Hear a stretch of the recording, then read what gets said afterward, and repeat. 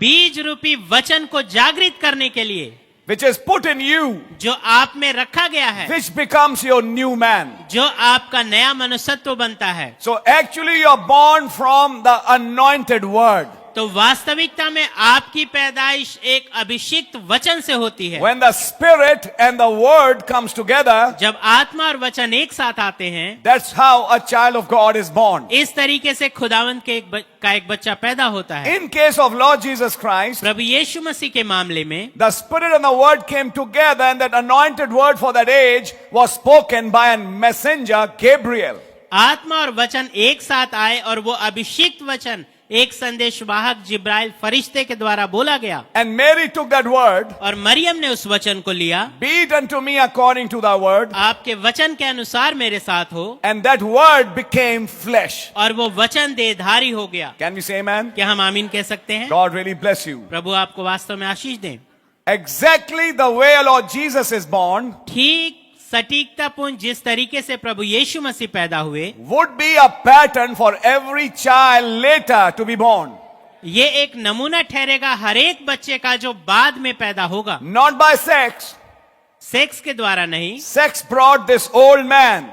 जो सेक्स है, जो यौन संबंध है, वो इस पुराने मनुष्यत्व को लेके आया। But inside this old man, लेकिन इस पुराने मनुष्य के अंदर a new man is born. एक नया मनुष्य पैदा होता है, And that is born by spoken word. और वो मुंह से बोले गए वचन के द्वारा पैदा होता That है। is why it's called the spoken seed word child. इसीलिए इसे मुंह से बोला गया वचन रूपी बीज वाला बच्चा है। And that child is eternal. और वो बच्चा अनंत होता है, That can never die. जो कभी नहीं मर But सकता। now see how the prophet says it. लेकिन अब देखिए नबी इसे कैसे कहते हैं। That's exactly what Jesus Christ was. ठीक सटीकता पूर्ण यही प्रभु यीशु मसीह थे, A spoken eternal child एक मुंह से बोले गए अनंत बच्चा। didn't have to die, उन्हें मरना नहीं था, but he did it लेकिन उन्होंने इसे किया in order to pay the debt. ताकि कर्ज का दाम अदा किया जा सके। You know, Christ wouldn't have died, आप जानते हैं मसीह को मरना नहीं था,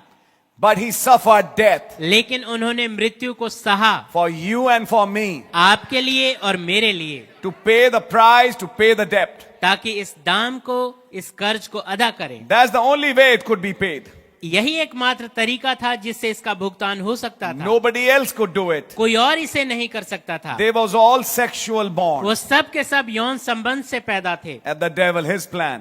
शैतान के योजना के मुताबिक। You got it now, see? क्या आपने अब इसे समझा? But देखिए, every man, लेकिन प्रत्येक मनुष्य, no matter whether he is the pope, priest, bishop, whatever he is, इससे कोई सरोकार नहीं कि वो पोप, प्रीस्ट, बिशप या जो कुछ भी वो है, he dies. वो मरता है, Because he's a hybrid. क्योंकि वो एक संकर बच्चा है। That's exactly. ये बिल्कुल सटीक बात He है। was born between Satan and Eve. वो शैतान और हव्वा के मिलने से पैदा हुआ।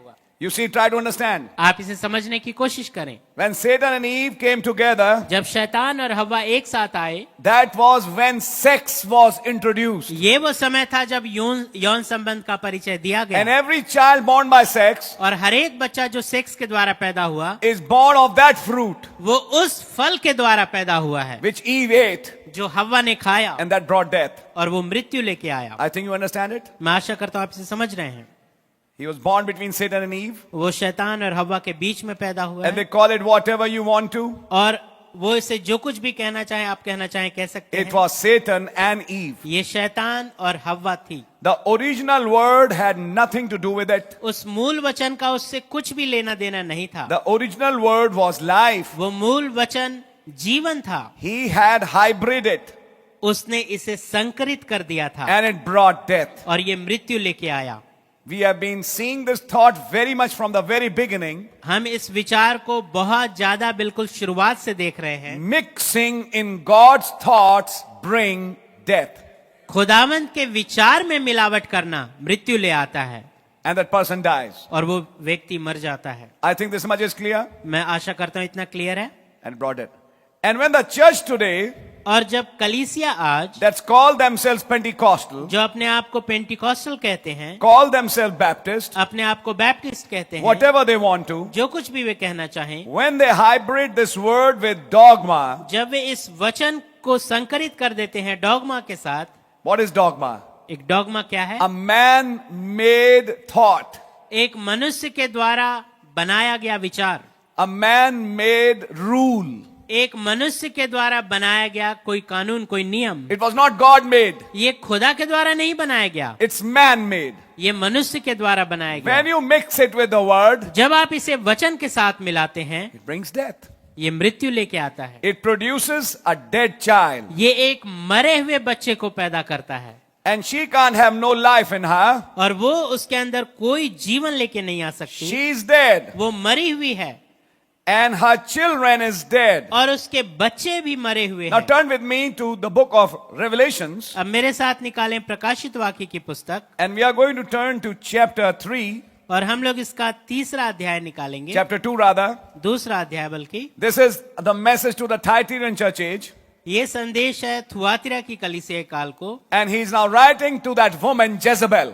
और वो अब उस स्त्री इजेबेल को लिख रहा है। Now please, अब कृपया, when we are reading Jezebel, don't only think Roman Catholic Church. अब जब हम इजेबेल को पढ़ रहे हैं तो केवल रोमन कैथोलिक कलीसिया के विषय में ना सोचें। Think of every organized church. हर एक संस्थागत कलीसिया के विषय में सोचें, Think of every denomination हर एक संस्था के विषय में सोचें which came from her, because they all are harlots.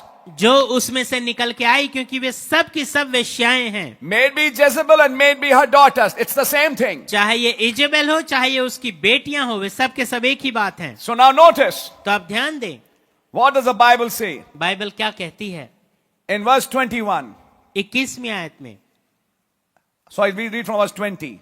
प्रकाशित वाक्य 2 उसकी 20वीं आयत से हम पढ़ेंगे। Notwithstanding, I have a few things against thee, because thou sufferest that woman Jezebel, that is the Catholic Church, which calleth herself a prophetess, to teach and to seduce my servants to commit fornication and to eat things sacrificed unto idols. पर मुझे तेरे विरुद्ध ये कहना है कि तू उस स्त्री इजेबेल को रहने देता है, जो कि रोमन कैथोलिक कलीसिया है, जो अपने आप को भविष्यद्वक्तिन कहती है